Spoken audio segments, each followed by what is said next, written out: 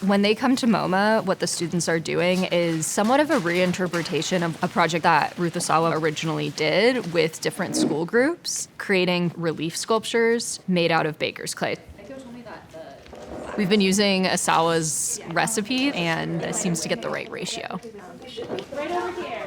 Today we worked with PS 131's second grade class, and second graders bring an energy unlike any other because they have a lot of the fine motor skills and developmental ideas. They don't have a lot of inhibitions, which is a really exciting age to be working with. Raise your hand if you really like to do art.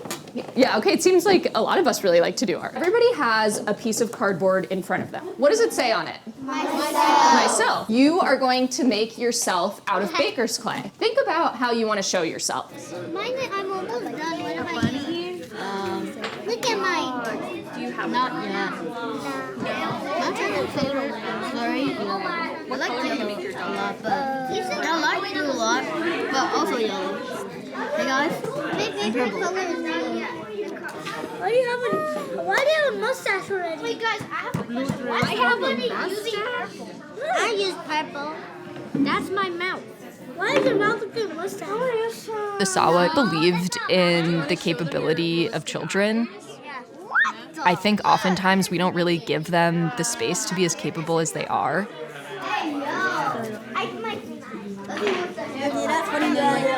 She believed in their own agency and their ability to make things, and that they were potent collaborators. I'm making the holes for my boat, right? Yeah.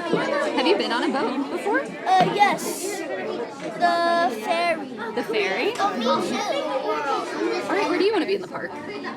Something that I think about a lot when I walk into the classroom is what are they experts in that I'm not? And for this project in particular, they are very much experts in their own communities and also how they perceive their own communities. Are you still making a dog? I'm already done. I'm just gonna run out. Yeah.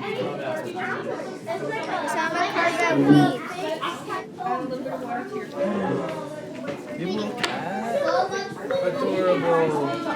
Is that your cat? I don't even have a cat. Asawa thought of arts education as just as important a part of an education as any other class. So the way that you would learn logic and deductive reasoning in math, in art you can learn self-expression, critical thinking skills, decision-making skills. I made the first ever bird alive. The first ever? How do you know it's the first one ever? Because there's no birds here. Oh, that's a really great, that could be the first ever then. Ruth Asawa's approach still really does resonate as radical, and maybe even more now than ever. I want my tree to be right here.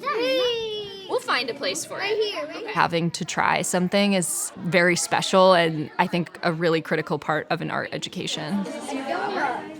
I love that. Trees, amazing. A lot of apple trees in this park. I love it.